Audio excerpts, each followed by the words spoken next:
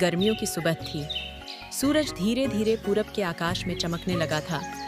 गांव की पतली पगडंडियों पर हल्की धूल उड़ रही थी और खेतों में हल जोतने की आवाज आ रही थी।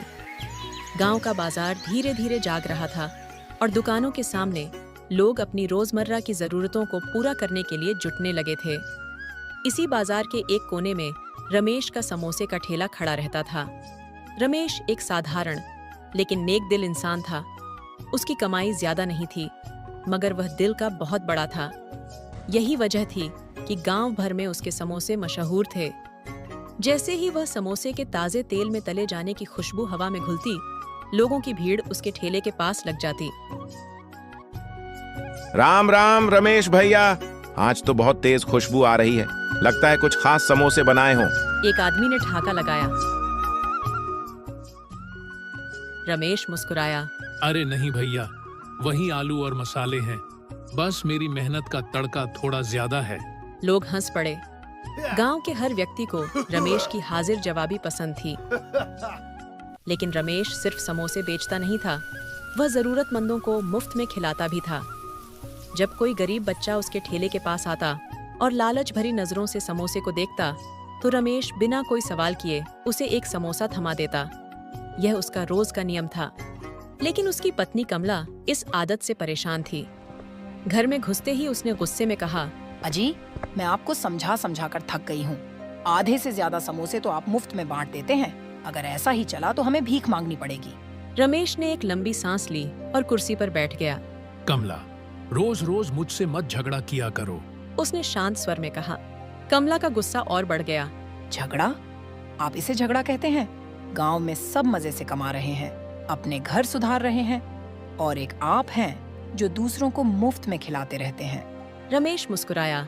कमला, अगर मैं किसी भूखे को खाना खिलाता हूँ तो क्या बुरा करता हूँ? बुरा नहीं कर रहे, लेकिन अपने घर की हालत भी तो देखिए। घर के खर्चे कैसे चलेंगे? रमेश कुछ नहीं बोला। वह जानता था कि कमला सही कह रही है, लेकिन वह अपनी आदत बदल नहीं सकता था। तभी दरवाजे पर मोहन और आशा का आगमन हुआ। अरे रमेश भाई, कैसे हो? मोहन अंदर आया। उसके साथ उसकी पत्नी आशा भी थी।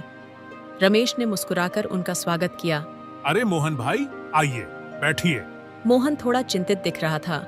उसने कहा, रमेश भाई, सुना है कि सुरेश से तुम्हारी बहस हो गई थी क्योंकि तुमने उसे 1 महीने से पैसे नहीं दिए। अगर कुछ दिनों में पैसे नहीं दिए तो वो तुम्हारा ठेला जब्त कर लेगा। कमला तुरंत बोल पड़ी। भाई साहब, आप तो इनके दोस्त हैं, आप ही समझाइए। मोहन ने सिर हिलाया। मैं कई बार समझा चुका हूं, लेकिन इसे लोगों की मदद करने का जुनून चढ़ा हुआ है। किसी दिन ऐसा न हो कि इसे खुद मदद की जरूरत पड़ जाए। आशा ने अचानक बातचीत का रुख बदलते हुए कहा, अरे सब छोड़ो। देखो कमला, यह मेरा नया सोने का हार है जो मोहन ने बनवाया है। कमला की नजर हार पर पड़ी। उसकी आंखों में ईर्ष्या झलक रही थी। ये तो बहुत महंगा लगता है। कमला बोली। हाँ, पूरे 5 तोले का है। आशा ने गर्व से कहा। कमला चुप हो गई। उसके चेहरे पर उदासी झलक रही थी। मोहन और आशा कुछ देर बाद चले गए, लेकिन कमला के मन में एक टीस छोड़ गए। वह बड़बड़ाती हुई सोने चली गई। रमेश ने एक लंबी सांस ली। उसे पता था कि उसकी पत्नी के मन में कसक थी, लेकिन वह कर भी क्या सकता था।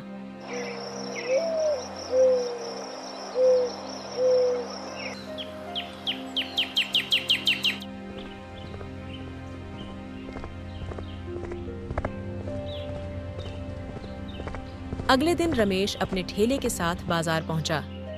वहां पर नरेश भी अपना ठेला लगाता था। नरेश गांव के मुखिया का खास आदमी था। जैसे ही रमेश ने ठेला जमाया, नरेश ने तंज कसते हुए कहा, क्या आज भी मुफ्त में समोसे बांटेगा? रमेश ने शांतिपूर्वक जवाब दिया, मैं सिर्फ गरीबों से पैसे नहीं लेता। अबे बेवकूफ, गरीबों को मुफ्त में खिलाने से मेरा नुकसान हो रहा है। मैं मुखिया से शिकायत करूंगा। रमेश ने कोई जवाब नहीं दिया, लेकिन उसके मन में आशंका जाग गई थी। नरेश ने जाकर मुखिया को रमेश की आदत के बारे में बताया। मुखिया ने गुस्से से कहा, अगर रमेश ऐसे ही गरीबों को मुफ्त में खिलाता रहा तो हमारे व्यापार पर असर पड़ेगा। हमें उसे सबक सिखाना होगा। मुखिया ने एक योजना बनाई। अगले कुछ दिनों में उसने अपने आदमियों को गरीबों के वेश में रमेश के ठेले पर भेजा। वे रोज उसके समोसे मुफ्त में खाते गए।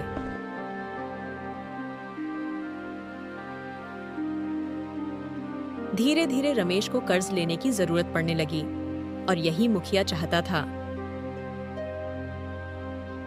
मुखिया की साजिश धीरे धीरे असर दिखाने लगी थी। हर दिन गरीबों के वेश में कुछ लोग रमेश के ठेले पर आते और समोसे मुफ्त में ले जाते। रमेश की दयालुता के कारण वह किसी को मना नहीं कर पाता। वह सोचता, अगर ये सच में भूखे हैं तो मैं इन्हें मना कैसे कर सकता हूँ। लेकिन यह सिलसिला कई हफ्तों तक चलता रहा और इसका असर रमेश की कमाई पर पड़ने लगा। अब तक रमेश छोटे मोटे कर्ज लेकर अपना काम चला रहा था। उसने गांव के बनिए से उधार लिया था और सुरेश से भी कुछ पैसे लिए थे, जिससे उसने अपना ठेला खरीदा था। लेकिन अब वह रोज घाटे में जा रहा था।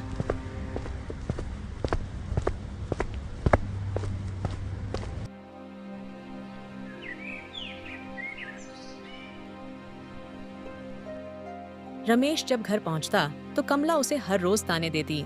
मैंने पहले ही कहा था, लेकिन तुम्हें समझ में नहीं आता। अब देखो, घर में आटा तक नहीं बचा। तुम्हारे दयालुता के कारण एक एक पैसे के लिए मोहताज हो गए। ऊपर से कर्ज भी इतना ज्यादा हो गया है। कर्जदार घर आके मुझे 4 बातें सुनाकर चला जाता है। रमेश सिर झुकाकर सुनता रहता। वह जानता था कि कमला गलत नहीं कह रही, लेकिन उसके पास कोई जवाब नहीं था।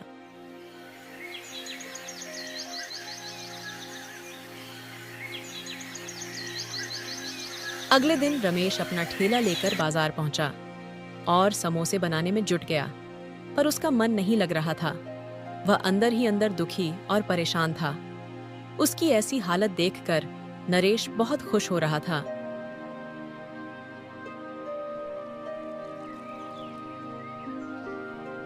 एक दिन जब रमेश ठेले से घर लौटा तो दरवाजे पर सुरेश खड़ा था।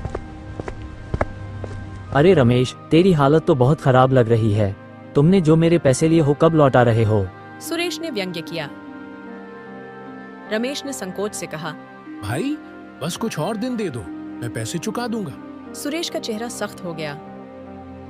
मैं तुम्हारी हालत देखकर ही रुका था, लेकिन अब और इंतजार नहीं कर सकता। अगर 3 दिन में पैसे नहीं दिए तो ठेला जब्त कर लूंगा। रमेश अवाक रह गया। उसके चेहरे का रंग उड़ गया। कमला ने यह सुना तो आग बबूला हो गई। सुन लिया? अब क्या करोगे? मुफ्त में समोसे खिला खिलाकर घर की हालत खराब कर ली। कैसे चुकाओगे इनके कर्जे? एक दिन रमेश ठेला लगाकर खड़ा था। वह बहुत परेशान था। तभी वहां पर मुखिया और उसके आदमी आते हैं।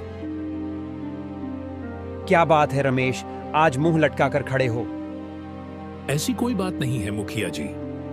आज तेरे चेहरे पर चमक दिखाई नहीं दे रही है। अरे चमक कैसे दिखाई देगी मुखिया जी? रमेश भैया को तो मुफ्त में खिलाने का बड़ा शौक है। अब खुद भूखे मरने की नौबत आ गई है। ऐसा कुछ नहीं है। फिर भी तेरा मुंह लटका है।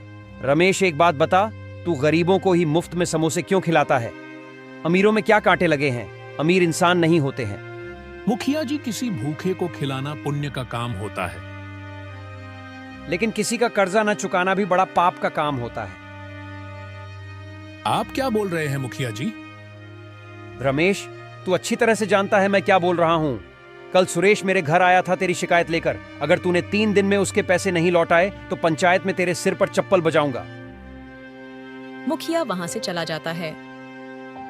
अब तुझे पता चलेगा रमेश, तूने मेरा बहुत नुकसान कराया है। मैं जो समोसे का ठेला लगाता था उसमें मुखिया जी का ही पैसा मिला हुआ है। मुखिया अपने नुकसान जा एक एक पैसा वसूल लेगा। नरेश चौराहे पर खड़ा होकर लोगों से कहता, देखो देखो, ये है हमारे गांव का सबसे बड़ा दानी। सबको मुफ्त में खिलाता है और अब खुद भीख मांगने की नौबत आ गई। कुछ लोग हंसते, कुछ अफसोस जताते, लेकिन कोई भी रमेश की मदद के लिए आगे नहीं आया। एक दिन जब रमेश समोसे बेच रहा था, तब गांव के कुछ लोग वहां आकर खड़े हो गए। अब क्या हुआ रमेश? आज कोई मुफ्त समोसे नहीं बांट रहा? रमेश ने उनकी बात अनसुनी कर दी। लेकिन एक गरीब बच्चा पास आया और उसने डरते हुए कहा, भैया बहुत भूख लगी है, रमेश ने बिना कुछ सोचे उसे एक समोसा दे दिया। तभी पीछे से नरेश हंसकर बोला। देखो, इसको अभी भी अक्ल नहीं आई। गांव के लोग हंसने लगे। रमेश के लिए यह सबसे बड़ा अपमान था, लेकिन उसने कुछ नहीं कहा।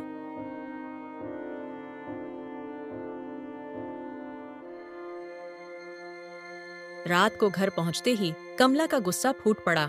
तुम्हें जरा भी शर्म नहीं आती? गांव में सब तुम्हारा मजाक उड़ा रहे हैं और तुम अब भी वही कर रहे हो। रमेश ने धीरे से कहा।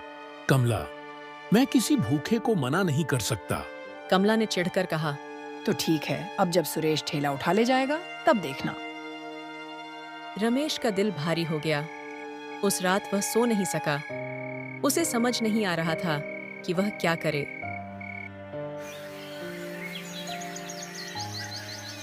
अगले दिन रमेश ठेले के साथ गांव के बाहर एक पीपल के पेड़ के नीचे बैठ गया। उसके मन में अनगिनत विचार चल रहे थे। क्या मैं गलत कर रहा हूँ? क्या सच में मुझे गरीबों की मदद बंद कर देनी चाहिए? उसी वक्त एक बूढ़ा आदमी और उसकी पत्नी वहां आए। उनके कपड़े पुराने और फटे हुए थे। बेटा, मैंने सुना है कि तुम गरीब लोगों की मदद करते हो। बेटा, बहुत भूख लगी है, क्या खाने को कुछ मिलेगा? बाबा, आज मैं बहुत मजबूर हूँ। मेरे पास पैसे भी नहीं है। अगर आज मैं मुफ्त में खिला दूंगा तो मेरी बहुत बेइज्जती हो जाएगी। बेटा, मेरे पास पैसे तो नहीं है, लेकिन कुछ मिट्टी के कंकड़ पड़े हैं। तुम उन मिट्टी के कंकड़ों के बदले मुझे और मेरी पत्नी को समोसे खिला दो। बाबा, मुझे पैसों की बहुत जरूरत है। मिट्टी के कंकड़ लेकर क्या करूंगा? बेटा, गरीब की दी हुई कोई चीज बेकार नहीं जाती है। इसे उपहार समझकर रख लो। रमेश को उन बुजुर्ग पर तरस आ रहा था। रमेश ने मिट्टी के कंकड़ के बदले उन्हें भर पेट समोसे खिलाए। जब रमेश घर पहुंचा और कमला को पूरी बात बताई तो वह आग बबूला हो गई। अब ये नया पागलपन क्या है? किसी गरीब को खिलाने के बदले मिट्टी की पोटली ले आए। कमला उन दोनों के चेहरे से साफ झलक रहा था कि वे काफी दिनों से भूखे हैं। अब हम इस कंकड़ को लेकर क्या करेंगे? लगता है तुम्हारे किस्मत में गांव वाले के हाथ से चप्पल खाना ही लिखा है। जो होगा देखा जाएगा। अगर मेरी किस्मत में गांव वालों के सामने बेइज्जती लिखा है तो उसे कोई नहीं बदल सकता। 2 दिन बाद रमेश पंचायत में सिर झुकाए खड़ा था। मुखिया रमेश की बेइज्जती कर रहा था और अपने आदमियों से चप्पल मारने को बोल रहा था। तभी रमेश की पत्नी आ जाती है। ये लो अपने पैसे, आज के बाद कोई मेरे पति पर उंगली नहीं उठाएगा। कमला गर्जी। गांव के लोग हैरान रह गए। मुखिया का चेहरा लाल पड़ गया। वह समझ नहीं पा रहा था कि आखिर यह चमत्कार कैसे हुआ। घर जाकर रमेश ने कमला से पूछा। कमला, इतने सारे पैसे कहाँ से आए? कमला ने उसे बताया।